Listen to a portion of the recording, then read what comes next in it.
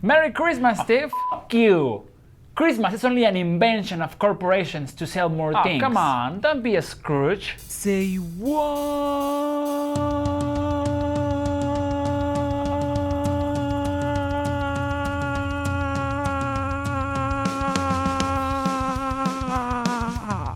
Hello and welcome to a new episode of Say What.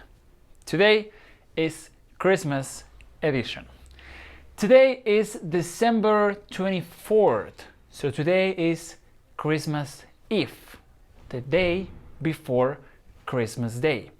And for that reason, the episode of today is going to be special and different.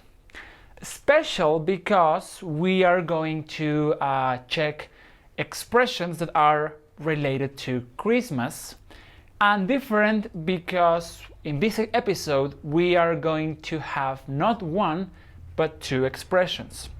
And also it's going to be a little different in the structure because we have two expressions. We are not going to separate the words in all the individual components. I will just explain you the expressions and in what situations you can use them. Okay? Perfect. So let's start with the first expression of this episode. And that expression is the one from the conversation in the beginning, and it's don't be a Scrooge. Don't be a Scrooge. So this expression, the first part of the expression is don't be. That is an imperative. That means it's something that you command. It's something that you order or recommend or tell people to do. In this case, it's negative. Don't be. So I am telling you that I don't want you to be. Maybe you are sad because something bad happens. You are sad. And I say, don't be sad. Change that. Stop being sad. Okay, that's an imperative. In this case, it's don't be. You are, but don't be anymore. That is the first part. And then it says, don't be what? Don't be a Scrooge. A Scrooge. But what is a Scrooge? Scrooge is actually a person. And it's not a real person. It's a fictional character. Scrooge, it's actually Ebenezer Scrooge, and he is the character of one of Charles Dickens' stories called A Christmas Carol. Maybe you are familiar with this story because it's a very famous story and a lot of movies have been made about this story. Most recently, the latest movie of A Christmas Carol was produced by Disney, and Jim Carrey was playing Mr. Scrooge. So it was like, I think, 3 years ago that this movie came out. And A Christmas Carol is the story of an old man, an old person who is not happy. He is very, very bitter. So he is like all the time angry and grumpy, and he doesn't like people, and especially he doesn't like Christmas because he believes that it's only an invention of corporations to sell more things and just to take advantage of people. So he doesn't like Christmas. But in this story, he receives the visit of 3 ghosts. The ghost of Christmas past, present, and yet to be. That is future Christmas. And these ghosts show him what is life without him and how people are very happy because he's not around in these imaginary universes where he doesn't exist. So this changes his perspective, this changes his opinion, and he changes as a person. That is the story of A Christmas Carol. But the expression "don't be a Scrooge" is in direct relation with this. If you are a Scrooge, that means that you are not a very nice people, a very nice person. You are grumpy, you are angry, you are mad, you hate everything. You hate Christmas. You don't like the Christmas trees and decorations and celebrations. So you don't like Christmas. It's something like the Grinch, you know, the person who is anti-Christmas. The Scrooge is a similar character.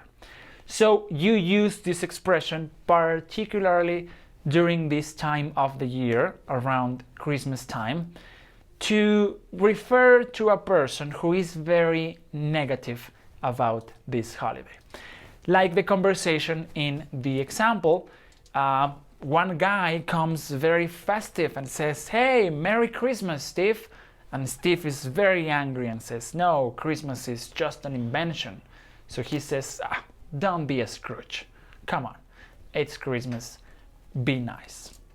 Okay, so that is the meaning of this expression, "don't be a Scrooge." It's most of the times used on these holidays because it's very specific to Christmas. So that is the expression number 1 of this episode. What is the expression number 2? The expression number 2, it's also very related to this day in particular, and the expression is "Christmas comes but once a year." Christmas comes but once a year. So Christmas comes, Christmas happens. There is a day of Christmas. In this case, tomorrow is Christmas, so tomorrow Christmas comes. Yes, Christmas is going to take place, is going to happen. But the next words in this sentence said, "but once a year." But once, one time a year, every year. So Christmas happens, Christmas comes, yes, but only once a year. And that is absolutely true. There is only one day of Christmas, December the 25th.